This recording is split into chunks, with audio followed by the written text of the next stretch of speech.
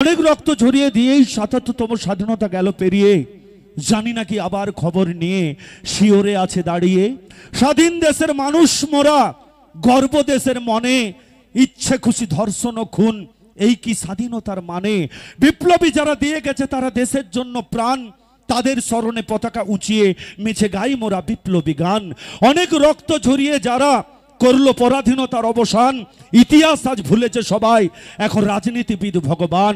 দিকে দিকে শুধু নারীরা ধর্ষিতা, অত্যাধুনিক পোশাক নাকি দায়ী, নির্দোষ সে, ধর্ষক যে, বলছে রাজনীতিবিদ দায়ী।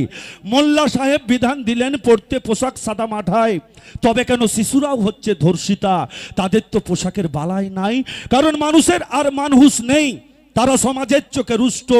দোষ গুণ সব যাবে মুছে যদি থাকে রাজনীতির মদত পুষ্ট।